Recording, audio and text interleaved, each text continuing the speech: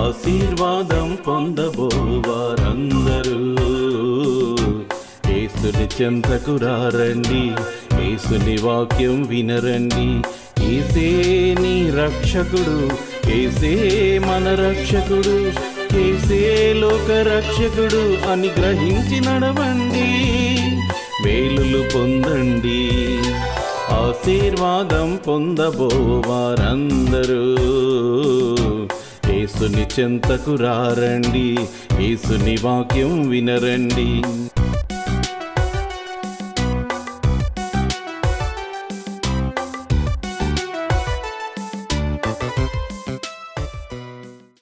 TV ప్రేక్షకులందరికీ మా సింపాల్స్ grace Lutheran సంఘము రాజమండ్రి వారు అందించుతున్న అందరికీ ఆశీర్వాదం అనే టీవీ ప్రోగ్రాం తరపున ప్రత్యేకమైన వందనములు తెలియజేస్తున్నాం.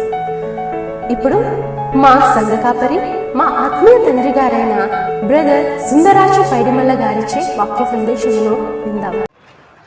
క్రీస్తునందు ప్రియమైన నమ్మకమైన దేవుని బిడ్డలారా, దేవుని ఆత్మలారా, మీ అందరికీ మన రక్షకుడు మన ప్రభు అయిన యేసుక్రీస్తు వారి ప్రశస్త నామమున శుభములు, నా నిండు వందనాలు తెలియపరచుకుంటున్నాను. దేవుడు నాకు బయలుపరిచిన విషయాన్ని మీకు తెలియచేస్తున్నాను. అది మరణాన్ని గురించినటువంటి మిస్టరీ. మరణం ఒక మిస్టరీ. మరణానికి భయపడని నరుడు అంటూ ఉండడు. ఎందుకు అంటే అందరూ జీవాన్నే కోరుకుంటారు, చావును కోరుకోరు. బతకాలేని ఆశపడతారు. పండు ముసలమ్మ అయిన ఆఖరి క్షణాల్లో ఆ గుక్కల మీద ఉన్న ఇంకా ముసలిదే కదా చనిపోతుంది, ముసలోడే కదా చనిపోతాడని చూడరు. ఇంకా ఆయుషిస్తారేమో భగవంతుడు అని దేవుని మీద ఆధారపడి ఐసీయూలో జాయిన్ చేసిన వాళ్ళు కూడా ఉంటారు. డబ్బులు ఎంత ఖర్చు అయినా పర్వాలేదండి, మా అమ్మని బ్రతికించండి, అలాగా ఆశపడి అడుగుతూ ఉంటారు. ఎందుకు అంటే బ్రతకాలి, ఇంకా బతకాలి, కుటుంబంతో సంతోషంగా గడపాలి. ఎవరికి బ్రతుకు మీద విరక్తి వస్తుందంటే లోకాశలన్నీ పొందలేని వాళ్ళు, జీవితంలో విరక్తి కలిగిన వాళ్ళు, వారు మాత్రమే చావును ఆశిస్తారు. చస్తే బాగుండు అంటారు కానీ చావరు.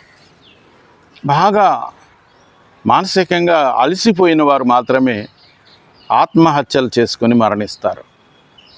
ఎక్కువ మంది, 99 మంది కూడా ఏ అవకాశం వచ్చినా బ్రతకాలి అనుకుంటారు.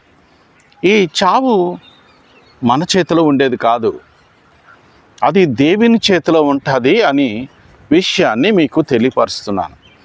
ముఖ్యంగా 139వ సంకీర్తన 16వ చరణాన్ని మనం చూసినట్లయితే, నేను పిండమునై ఉండగా నీ కన్నులు నన్ను చూచెను, నియమింపబడిన దినములలో ఒకటైనా కాకమునిపే నా దినములన్నీయు నీ గ్రంథములో లిఖితములాయను. ఇదండి ప్రియులారా గమనించవలసిన విషయం.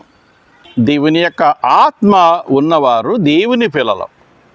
దేవుడు తనకు పిల్లలు కావాలనే ఆశతో భూమండలం మీద మట్టిని కలుగు చేసి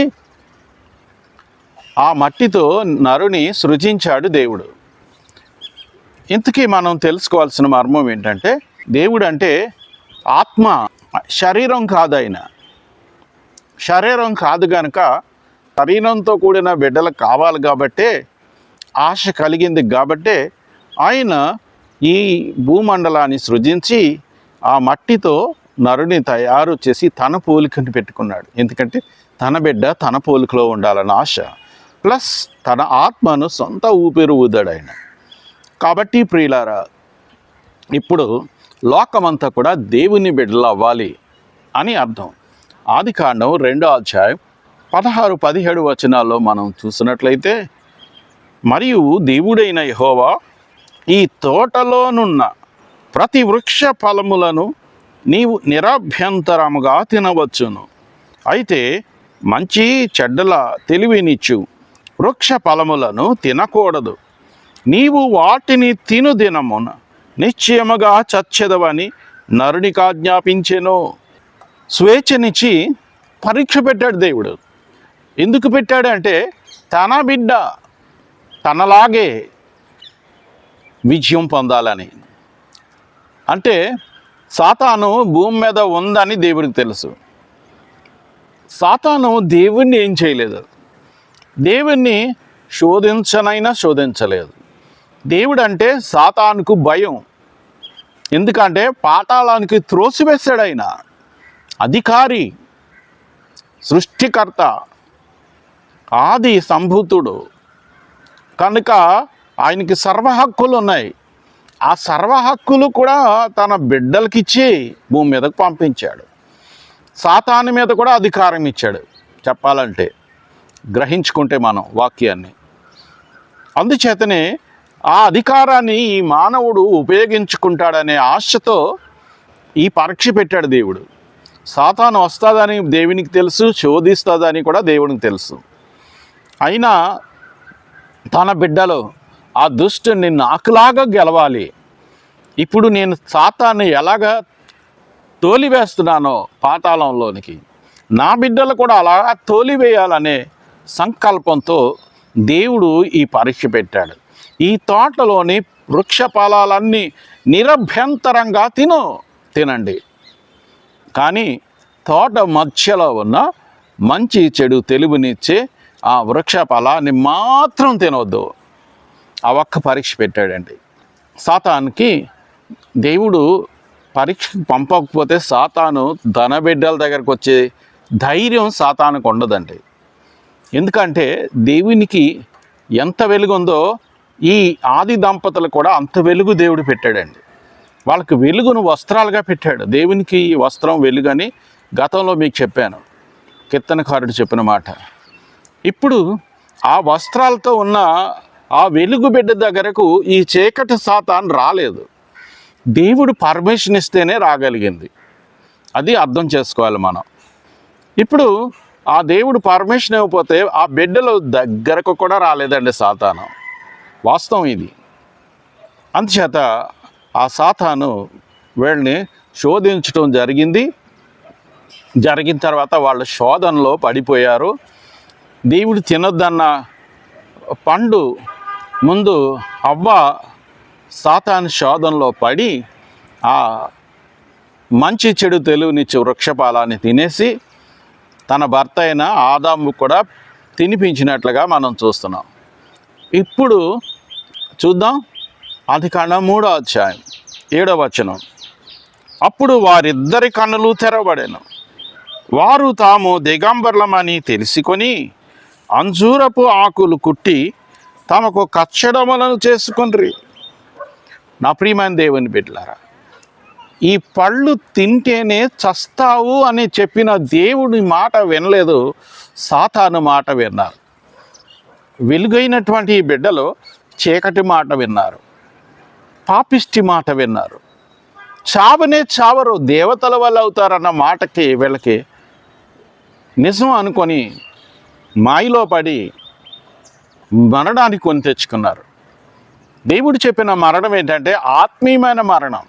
సాతాను చెప్పే మరణం ఏంటంటే శారీరకమైన మరణం. ఈ శారీరకమైన మరణం దేవుని చేతిలో ఉంటుంది అనేది సాతానుకు తెలుసు. ఆత్మీయమైన మరణం మాత్రమే మన చేతిలో ఉంటుంది. ఇది ఈ వాక్యం వింటున్న ప్రతి విశ్వాసి గమనించుకోవాలి. నీ శరీరానికి ఉన్నటువంటి మరణం దేవుని చేతిలో ఉంటుంది, ఆత్మీయమైన మరణం నీ చేతిలోనే ఉంటుంది. నీ కబంధ హస్తాల్లో ఉంటుంది. దేవుని బిడ్డలారా, నీ క్రియలను బట్టి అది సంభవిస్తుంది, నీ బుద్ధులను బట్టి అది సంభవిస్తుంది. నీ తలంపులు, నీ ఊహలలో సాతాను ప్రవేశించి నిన్ను మరణానికి దారి తీస్తుంది. అందుచేత ప్రతి ఒక్కరు కూడా ఈ శరీరానికి సంబంధించిన మరణానికి భయపడతారు. సాతాను అదే నేర్పిస్తుంది మనకి. ఆత్మీయమైన మరణానికి భయపడాల. ఎందుకంటే ఈ శరీర సంబంధించిన మరణం నీ చేతిలో లేదు, దేవుని చేతిలో ఉంది. అందుచేత దేవుడు ఇచ్చిన ఆయుష్ అంతా నువ్వు వాడుకో. ఆత్మీయమైన మరణం నీ చేతిలో ఉంది కాబట్టి నువ్వు దానికి భయపడాలా. దేనికి భయపడాలో దానికి భయపడం. మనం దేనికి భయపడక అక్కర్లేదో దానికి భయపడతాం. ఇది మన అజ్ఞానం అని అనుకోవాలి దేవుని బిడ్డలారా. సాతాను మోసంలో పడిన వారికి ఈ పరిస్థితి. ప్రియులారా, మనం 1 యోహాను పత్రిక 3:4 పాపము చేయు ప్రతివాడును ఆజ్ఞను అతిక్రమించును, ఆజ్ఞాతిక్రమమే పాపము. పాపం చేయి ప్రతివాడు ఆజ్ఞను అతిక్రమిస్తాడట. ఇది మర్మం. ఆజ్ఞ అంటే ఏంటి? దేవుని మాటే. ఆదాము అవ్వలు ఆది దంపతులు ఏ పండు తినొద్దన్నారో ఆ పండు తిని పాపం ఈ లోకాన్ని తీసుకొచ్చారు, మరణాన్ని తీసుకొచ్చారు. పౌలు భక్తుడు రోమిలకు రాసిన పత్రిక 6:23 మనం చూసినట్లయితే ఇక్కడ ఒక మంచి మాట ఉంటుంది. ఏంటంటే, ఏలయనగా పాపము వలన వచ్చు జీతము మరణము, అయితే దేవుని కృపావరము మన ప్రభువైన యేసుక్రీస్తునందు నిత్యజీవం. పాపం వలన వచ్చు జీతమే మరణం అంట. ప్రియులారా, బైబిల్ చెప్తున్న సత్యం ఇది. మరణం అంటే విషం తాగితే వచ్చేది, అనారోగ్యంతో రోగంతో వచ్చేదాన్ని మరణం అని మనం అనుకుంటాం. అది దేవుని పిలుపు, దాని పేరు. 90వ సంకీర్తన 3వ చరణాన్ని చూస్తే, నీవు మనుష్యులను మంటికి మార్చుచున్నావు, నరులారా తిరిగి రండని నీవు సెలవిచ్చుచున్నావు. ఇదండి దేవునిలో నీవు ఉన్నావంటానికి నిదర్శనం. దేవుడు నిన్ను మంటికి మార్చి రమ్మన్నప్పుడు వెళ్ళిపోవాల్సిన వాళ్ళం మనం. దేవుని చేత ఈ లోకానికి వచ్చిన వాళ్ళం. నీ పుట్టినరోజు నీ తల్లిదండ్రులు చెబితే నీకు తెలుస్తుంది, కానీ నీకు తెలియదు. దేవునికి మాత్రమే తెలుసు. నీ డేట్ ఆఫ్ డెత్, నీ మరణం నీకు అసలు తెలీదు, దేవునికి తెలుసు. నువ్వెప్పుడు మరణిస్తావో ఈ లోకంలో ఎవ్వరూ చెప్పలేరు. ఎవ్వరి చేతిలో ఉండదు మరణం, దేవుని చేతిలో ఉంటుంది. నువ్వు ఊహించుకున్నా అవ్వవు. చాలామంది ఇంక ఈరోజు చనిపోతాను అనుకున్న వాళ్ళు చాలా కాలం బ్రతికిన వారు ఉన్నారు. నాకేంటి, ఆరోగ్యంగా ఉన్నాను, ఇంకొక 10 ఏళ్ళలో 20 ఏళ్ళలో 30 ఏళ్ళలో అని లెక్కేసుకుంటారు. అంతవరకు నాకు ఆయుష్కి డోకా లేదు అనుకున్న వాళ్ళు ఆరాత్రి చనిపోతారు. మాట్లాడిన తర్వాతే చనిపోయిన సందర్భాలు చాలామంది విషయాలు ఉన్నాయి. ఇంకా బ్రతుకుతానని చెప్పిన వాడు. అంటే బైబిల్ సత్యం. నీ ఆయుష్ దేవుని చేతిలో ఉంది, నీ చేతిలో లేదు. అందుకే ప్రియులారా, మరణం అంటే ఆజ్ఞ అతిక్రమమే పాపము, పాపము వలన వచ్చు జీతం మరణం. కనుక మరణం అంటే ఇదే మర్మం. ఈ వాక్యం వింటున్నా నువ్వు గుర్తుపెట్టుకోవాలి. శరీరానికి వచ్చే మరణం కాదు అని గుర్తుపెట్టుకోండి. ఆత్మీయమైన మరణం మన చేతిలో ఉంది కనుక మనం తగ్గించగలం, పెంచగలం. ఎందుకంటే మన క్రియల మీద ఆధారపడి ఉంటుంది ఆత్మీయమైన మరణం. అగ్ని ఆరదు, పురుగు చావని ప్రదేశంలో మలమలా మాడిపోయేదే మరణం. దాని పేరు రెండో మరణం, దేవుని బిడ్డలారా. అందుకే మనం గ్రహించుకోవాల్సిన విషయం ఏంటంటే, ఒకసారి జన్మిస్తే 2 సార్లు మరణించాలట. 2 సార్లు జన్మిస్తే ఒక్కసారే మరణం ఉంటుందట. అంటే పుట్టిన ప్రతివాడు మరణించక తప్పదు. అది ఫస్ట్ మరణం. రెండవ మరణం ఏంటంటే, ప్రకటన గ్రంథం 21:8 మనం చూసినట్లయితే, పిరికివారును, అవిశ్వాసులను, అసహ్యులను, నరహంతకులను, వ్యభిచారులను, మాంత్రికులను, విగ్రహారాధికులను, అబద్ధికులందరూ అగ్ని గంధకములతో మండు గుండములలో పాలు పొందుదురు. ఇది రెండవ మరణం. ఫస్ట్ మరణం శరీరానికి సంబంధించింది, రెండవ మరణం ఆత్మకు సంబంధించింది. ఆ రెండవ మరణానికి ఎవరెవరో అర్హులో ఇక్కడ లిస్ట్ ఇవ్వబడింది. దేవుని బిడ్డలారా, మీరు ఇప్పుడే విన్నారు, మరలా చదవండి.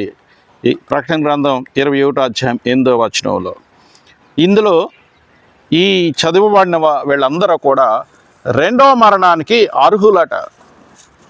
అంటే వీళ్ళకి రక్షణ లేని వారు. వీళ్ళు రక్షణ లేకపోవడం వలన రెండో మరణానికి వెళ్తున్నారు.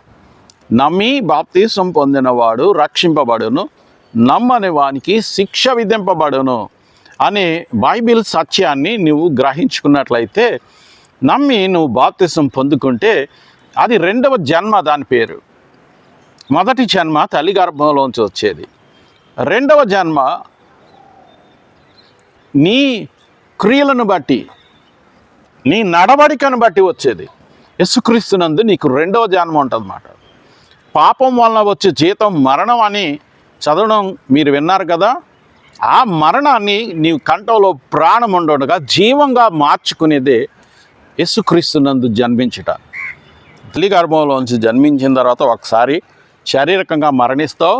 ఇందాక మీకు చెప్పినట్లుగా ఆత్మీయంగా అగ్నిగుండంలో నీ ఆత్మ మలమల మాడిపోయే పరిస్థితి రెండవ మరణం. అయితే ఇప్పుడు నువ్వు తెలుసుకోవాల్సింది ఏంటంటే, యేసుక్రీస్తునందు నీ కంఠంలో ప్రాణం ఉంటుండగా నమ్మి బాప్తిసం పొందుకుంటే రక్షింపబడతావు. కాబట్టి దానికి రెండో జన్మ, తిరిగి జన్మించుట. అప్పుడు నీవు ఆత్మకు రెండో మరణానికి వెళ్ళవు. సజీవుడైనటువంటి సజీవులుండే దేశంలోనికి వెళ్ళి సజీవంతో కలిసి నువ్వు జీవిస్తావు.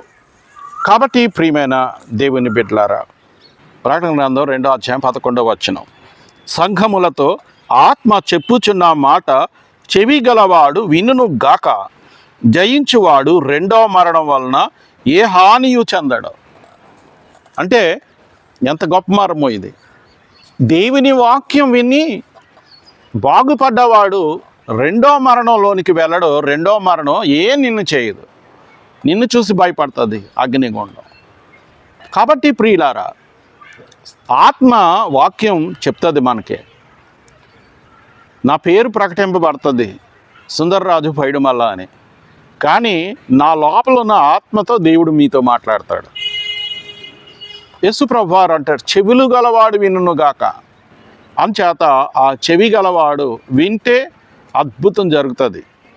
రోమేలకు రాసిన పత్రిక 8వ అధ్యాయము 5వ వచనాన్ని మనం చూసినట్లయితే, శరీరానుసారులు శరీర విషయముల మీద మనస్సునుంతురు, ఆత్మానుసారులు ఆత్మ విషయముల మీద మనస్సునుంతురు. శరీరానుసారమైన మనస్సు మరణము, ఆత్మానుసారమైన మనస్సు జీవమును సమాధానమునై ఉన్నది. ఎంత గొప్ప మర్మం పౌలు భక్తుడు రోమీయులకు రాసిన పత్రికలో మనకు తెలియచేస్తున్నాడు. నీవు శరీర కోరికలతో లోకాశలతో సాతాన్ని నింపుతుంది, నింపి నీ జీవితంతో ఆడుకుంటూ ఉంటుంది. శరీరానుసారులు శరీరానుసారమైన వాటి మీద మనస్సునుంటారు, ఆత్మానుసారులు ఆత్మీయమైన విషయాల మీద మనస్సునుంటారట. ఆత్మకు ఆస్తిని కూర్చుకోవడం, ఆత్మకు శక్తిని కూర్చుకోవడం, ఆత్మను మరణాన్నించి తప్పించటం, రెండవ మరణాన్నించి తప్పించటం, ఇలాంటి క్రియలు ఆత్మానుసారులు చేస్తారు. శరీరానుసారులు నా ప్రాణమా తినము తాగము సుఖించము, లోకంలోనో అన్నీ నాకు కావాలా, పొలాలు కావాలా, ఆస్తులు కావాలా, ఇల్లులు కావాలా, పెద్ద భవంతులు కావాలా, ఒడ్డు నిండా బంగారం కావాలా, ఖరీదైన దుస్తులు కావాలా, అవి కావాలా, ఇవి కావాలా, లోకం లోకం లోకం అని శరీరానుసారులు పరిగెట్టుకుంటూ వెళ్ళి జీవాన్ని కోల్పోతారు, మరణాన్ని కొని తెచ్చుకుంటూ ఉంటారు. అందుకని శరీరానుసారమైన మనస్సే మరణం అంట. వాక్యం చెప్తుందండి దేవుని బిడ్డలారా. మరణం అంటే ప్రాణం పోవటం అనేది మనందరికీ తెలుసు. వాక్యం ఏం చెప్తుందంటే శరీరానుసారమైన మనస్సే మరణం అంటుందండి. ఆత్మానుసారమైన మనస్సు అయితే జీవమును సమాధానమై ఉన్నదట. అందుచేత ఈ వాక్యం వింటున్న ప్రియ సహోదరి సహోదరులారా, ఆత్మానుసారమైన మనస్సు కలిగిన వాళ్ళు ఎవరు ఈ శరీరానికి ఉన్నటువంటి మరణాన్ని లెక్క చేయరు, భయపడరు. చావైతే లాభం అన్నాడండి పౌలు భక్తుడు. ఫిలిప్పీ పత్రిక 1వ అధ్యాయము 21వ వచనంలో ఎంత చక్కని మాట మనకు తెలియజేయబడుతుందో. దేవుని బిడ్డలారా, నా మట్టుకైతే బ్రతుకుట క్రీస్తే, చావైతే లాభం. నా మట్టుకు బ్రతుకుట క్రీస్తే, చావైతే లాభం అని చక్కని మర్మం మనకి తెలియచేయబడింది దేవుని బిడ్డలారా. అందుచేత మనం గమనించవలసిన విషయం ఏంటంటే, బ్రతుకుట క్రీస్తే, చావైతే లాభం అన్న మాట ఆయన ఎందుకన్నాడంటే 2 కొరింథీయులు రాసిన పత్రికలో పౌలు భక్తుడు 5వ అధ్యాయము 17వ వచనంలో అంటాడు, కాగా ఎవడైనను క్రీస్తునందున్న ఎడల వాడు నూతన సృష్టి, పాతవి గతించెను, ఇదిగో క్రొత్తవాయెను. పౌలు భక్తుడు క్రీస్తునందున్న వారికి ఏ శిక్షా విధియు లేదు అంటాడండి. అదేవిధంగా ఎఫెసీయులకు రాసిన పత్రిక 2వ అధ్యాయం 1వ వచనంలో అంటాడు, మీ అపరాధముల చేతను పాపముల చేతను మీరు చచ్చిన వారై ఉండగా ఆయన మిమ్మల్ని క్రీస్తుతో కూడా బ్రతికించెను. అదండి దేవుని బిడ్డలారా, యేసుక్రీస్తు చేసింది ఏంటంటే పాపముల చేత అపరాధముల చేత చచ్చి జీవిస్తుంటే మనలను ఆయన ద్వారా జీవింపచేస్తున్నాడండి. అంచేత మనం గ్రహించుకోవాల్సిన విషయం ఏంటంటే మనం సాతానును గెలవాలి. ఇప్పుడు ఆ రోజున ఆదామవ్వలు ఆ ప్రలోభాలకి లొంగిపోయి ఓడిపోయారు. ఇప్పుడు దేవుని పిల్లలమైన మనందరినీ మింగుతున్నాడు. అందుకనే పేతురు భక్తుడు అంటాడు కదా, 1 పేతురు పత్రిక 5వ అధ్యాయం 8వ వచనంలో మనం చూసినట్లయితే, నిబ్బరమైన బుద్ధి గలవారై మెలకుగా ఉండిడి, మీ విరోధి అయిన అపవాది గర్జించు సింహం వలె ఎవరిని మృంగుదునా అని వెదకుచూ తిరుగుచున్నాడు. ఈ హెచ్చరిక, ఈ వాక్యం వింటున్న మనందరికీ ఈ రోజున ఇంత చక్కగా వాక్యం చెప్తున్న నన్ను కూడా అవకాశం ఇస్తే మింగేస్తుంది సైతాను. ఇంత చక్కగా టీవీ దగ్గర కూర్చొని వాట్సాప్లో యూట్యూబ్లో వాక్యం వింటున్న మిమ్మల్ని కూడా మింగేస్తుంది సైతాను. బీ కేర్ఫుల్ అని చెప్తున్నాడు పేతురు భక్తుడు. జాగ్రత్త, ఆ సాతానును గెలవాలి. ఆ సాతాన్ని గెలవకపోతే అది మనల్ని మింగి పాతాళంలో వదులుతుందండి. ఈ లోకాల్లో మింగి పాతాళంలో వదిలి దేవునికి దుఃఖాన్ని కలిగిస్తుంది. దేవుడు తన రూపం తన ఆత్మ నరకాగ్నిలోకి వెళ్తుంటే ఆయన గుండె తరుక్కుపోతుంది. అవును, మన బిడ్డలు మరణించినప్పుడు మనకి ఎంత బాధగా ఉంటుందండి. దేవుని మనస్సు అది నీలో ఉంది కాబట్టి ఆ బాధ నీకు ఉంటుంది. సాతాను మనస్సు ఉన్న వాళ్ళు పిల్లలు చనిపోయిన బాధపడరు. యేసుక్రీస్తు ప్రభు వారు భక్తుడైన పౌలు గారిలో ఉండి మరణాన్ని జయించే సాధనాలు మనకి బహుమతిగా ఇచ్చారు. చూడండి దేవుని బిడ్డలారా, పౌలు భక్తుడు ఎఫెసీయులకు రాసిన పత్రిక 6వ అధ్యాయము 12వ వచనం నుంచి కొన్ని వచనాలు మనం చూద్దాం. ఎలయనగా మనము పోరాడునది శరీరులతో కాదు కానీ ప్రధానులతోనూ అధికారులతోనూ ప్రస్తుత అంధకార సంబంధులకు లోకనాథులతోనూ ఆకాశమండలమందున్న దురాత్మల సమూహములతోనూ పోరాడుచున్నాము. అందుచేతను వారు ఆపద్దినమందు వారిని ఎదిరించుటకు సమస్తము నెరవేర్చిన వారై నిలువబడుటకు శక్తిమంతులగునట్లు దేవుడిచ్చు సర్వాంగ కవచమును ధరించుకొనుడి. అంట దేవుడు మనకు ఆ సాతానును జయించటానికి సర్వాంగ కవచం ఇచ్చాడంట. అది పౌలు భక్తుడు మనకు తెలియచేస్తున్నాడు. ఏంటా సర్వాంగ కవచం అని కూడా వివరంగా మనకు చెప్తున్నాడండి.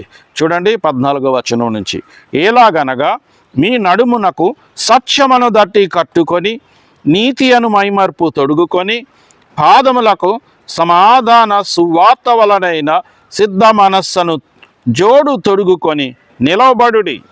ఇవన్నీ గాక విశ్వాసమును డాలు పట్టుకొనుడి, దానితో మీరు దుష్టుని అగ్నిబాణములన్నిటినీ ఆర్పుటకు శక్తిమంతులవుదురు. ప్రియమైన దేవుని బిడ్డలారా, ఈ ఆయుధాలు ఏమేమి ఇచ్చాడంట? సత్యం అంట, అబద్ధాలు ఆడకుండా, నీతి అంట, అవినీతి చేయకుండా, పాదాలకు సమాధాన సువార్త వలనైన సిద్ధ మనస్సును జోడు తోడుకోవాలట. సువార్త అంటే మంచి మాట, పాడవుతున్న వాళ్ళకి మేలు చేయటం, పాడవుతున్న వాళ్ళని మంచి మార్గంలో నడిపించడం, దాని పేరు సువార్త. సువార్త అంటే నశించే వాళ్ళని రక్షించటం, బాగు చేయటం. అది నీకు ఉండాలట. ప్రతి నశించే వాళ్ళకి కూడా మేలు చేసి రక్షణలో నడిపించే మంచి మాట చెప్పడం నీకు బాధ్యతట. అలా ఇవన్నీ ధరిస్తే దుష్టుని అగ్నిబాణాలను ఆర్పివేయడానికి శక్తిమంతులవుతామంట. ఇంకా చెప్తున్నాడండి 17వ వచనం నుంచి, మరియు రక్షణను శిరస్త్రాణమును దేవుని వాక్యమును ఆత్మ ఖడ్గమును ధరించుకొనుడి. దేవుని బిడ్డలారా, రక్షణ లేకుండా నువ్వు ఎన్ని నీతి పనులు చేసినా, ఎన్ని మంచి పనులు చేసినా, ఈ భూమి మీద పుణ్యాత్ములు ఉన్నారు. ఇతరులకు ప్రేమించి ఆస్తంతా కూడా దాన ధర్మాలు చేసిన వాళ్ళు ఉన్నారు. వాళ్ళు అనుకుంటారు పుణ్యకార్యాల వల్ల మరి స్వర్గంలోకి వెళ్ళిపోతున్నాం అనుకుంటారు. రక్షణ లేకపోతే పరలోకానికి వెళ్ళమని బైబిల్ స్పష్టంగా చెప్తుంది. రక్షణను శిరస్త్రాణం అంటే దేవుని వాక్యమైన ఆత్మ ఖడ్గం నీలో ఉంటే మరణాన్ని జయిస్తావు, దుష్టుని ఓడిస్తావు అంటాడు. ఆత్మ వలన ప్రతి సమయమందును ప్రతి విధమైన ప్రార్థనను విజ్ఞాపనను చేయుచు ఆ విషయమై సమస్త పరిశుద్ధుల నిమిత్తమును పూర్ణమైన పట్టుదలతో విజ్ఞాపన చేయుచు మెలకువగా ఉండుడి. యేసుక్రీస్తు ప్రభు వారిని 40 దినాలు ఉపవాసం ఉన్నప్పుడు సాతాను అనుమతించాడు ప్రభు. అనుమతిస్తే ఆ సాతాను యేసుప్రభుని శోధించడానికి ముమ్మారు శోధించింది. ముమ్మారు వాక్యంతో శోధించింది. ఆ ముమ్మారు కూడా వాక్యంతో ప్రభు జవాబిచ్చి సాతాను వెళ్ళగొట్టాడు. అందుకే ప్రియులారా, ఈ వాక్యం వింటున్న నీవు వాక్యమనే ఆత్మ ఖడ్గాన్ని ధరించుకోవాలట. ఆ ధరించుకొని ప్రార్థన విజ్ఞాపనలతో మెలకువగా ఉండాలట. ఈ భూమి మీద పరిశుద్ధుల అవసరం, పాపిష్టి వాళ్ళు కాదు మనకు కావాల్సింది. పాపం వల్ల వచ్చే జీతం మరణం. ఓ విశ్వాసి, ఈ వాక్యం విని బాగుపడతావా? నిన్ను వలె నీ పొరుగు వారిని నీ ప్రేమించమన్న యేసుక్రీస్తు వారి యొక్క మాటను లక్ష్యపెట్టు. నువ్వు వెంటనే ఒక పాపిని రక్షించడానికి ప్రార్థన ద్వారా మొదలుపెట్టు. టార్గెట్ పెట్టుకో. నీ బిడ్డలు, నీ చుట్టుపక్కల ఉన్నవారు నరకానికి తప్పించబడాలి అనే ఒక టార్గెట్ పెట్టుకొని ప్రార్థనతో మొదలుపెట్టి వాళ్ళ జీవితాలను రక్షించటానికి పూనుకో. అందుకే నీ కంఠంలో ప్రాణం ఉండగానే దేవుని వైపు తిరగాల. నీ కంఠంలో ప్రాణం ఉండగానే మరణాన్ని గెలవాల. మరణించిన తర్వాత నువ్వు పాపం చేయలేవు, పరిశుద్ధుడిగా ఉండలేవు. ఏ మార్పు నీకు ఉండదు. ఆఫ్టర్ డెత్ నీ కంఠంలో ప్రాణం ఉంటుండగానే మరణానికి ఫుల్ స్టాప్ పెట్టు, విజయం సాధించు. నీకు విత్తబడుతున్న ఈ వాక్యం నిన్ను బ్రతికించాలి, నీ జీవితాన్ని బ్రతికించాలి, నీ భవిష్యత్తును చిగురింప చేయాలి. ఈ వాక్యం విన్న ప్రతి ఒక్కరిని దేవుడు బహుగా దీవించును గాక. ఆమీన్. ప్రార్థన చేసుకుందాం. ప్రార్థన. ప్రేమగల తండ్రి, పరిశుద్ధుడా యేసునాన్న గారు, నీ కృపగల దయగల పవిత్ర నామానికి వెలలేని వందనాలు, స్తుతులు, స్తోత్రాలు చెల్లిస్తున్నాను బాబు. రక్షక, ఈ వాక్యం విన్న ప్రతి బిడ్డను దీవించండి, ఆశీర్వదించండి. నా బిడ్డలంతమంది సాతాను వలలో ఉండి నశించిపోతున్నారు, నరకానికి వెళ్తున్నారు. ఈ వాక్యం వినడం ద్వారా ఆ బిడ్డలందరినీ నరకాన్ని తప్పించి జీవంలో ప్రవేశించు వారుగా మార్చుమని ఈ వాక్యం విన్న వాళ్ళందరూ ఇతరులకు ఈ వాక్యాన్ని చెప్పి వాళ్ళ జీవితాన్ని కూడా వెలిగింప చేయమని అందరినీ దీవిస్తూ ఆశీర్వదిస్తూ అందరికీ శుభాలు క్షేమాలు ఇస్తూ మంచి చేస్తూ విజయాలు ప్రకటిస్తూ ఎట్టి వ్యాధి రోగంతో ఉన్న బిడ్డలను యేసునామమున స్వస్థత పరచుమని నా బిడ్డలందరికీ స్వస్థత కలుగునుగాక. అలాగే తండ్రి, అప్పులు ఇబ్బందులు బాధపడుతున్నవారు విడుదల దయచేసి ఆస్తికర్తలుగా చేసి ఆశీర్వదించమని, కోర్టు కేసులో సతమతమవుతున్న వారికి న్యాయమూర్తిగా కార్యం చేయమని, అజ్ఞానంతో ఉన్న వారికి పరమ జ్ఞానిగా వారికి జ్ఞానాన్ని బోధించమని ఈ వాక్యమైన బిడ్డలందరికీ అన్ని మేలులు చేసి మరణాన్ని తప్పించుకునే మార్గం చూపించి జీవంలో ప్రవేశించే వారుగా వీరిని చేయమని జీవాధిపతివైన యేసు నామాన ప్రార్థించి వేడుకుంటున్నాను పరమ తండ్రి. ఆమేన్. తండ్రి, కుమార, పరిశుద్ధాత్మ త్రియక దేవుని దీవెన ఈ వాక్యం విన్న ప్రతి ఒక్కరికి సదా తోడైండును గాక. ఆమేన్. ఆమేన్. ఇప్పటి వరకు వినిన ఆధ్యాత్మిక సందేశం ఆశీర్వాదకరంగాను దీవెనకరంగాను ఉన్నదని మేము విశ్వసిస్తున్నాం. మీ ప్రార్థన అవసరతలు మాకు తెలియపరచగలరు. మా యొక్క చిరునామా brother Sundarraju Paidimalla, care of Shri Sebbeti Lazar garu, treasurer, Saint Paul's Grace Lutheran Church, Gorakshanpeta, Rajahmundry 533103. మా యొక్క ఫోన్ నంబర్లు 9848628658. మరి యొక్క నెంబరు 9908990978.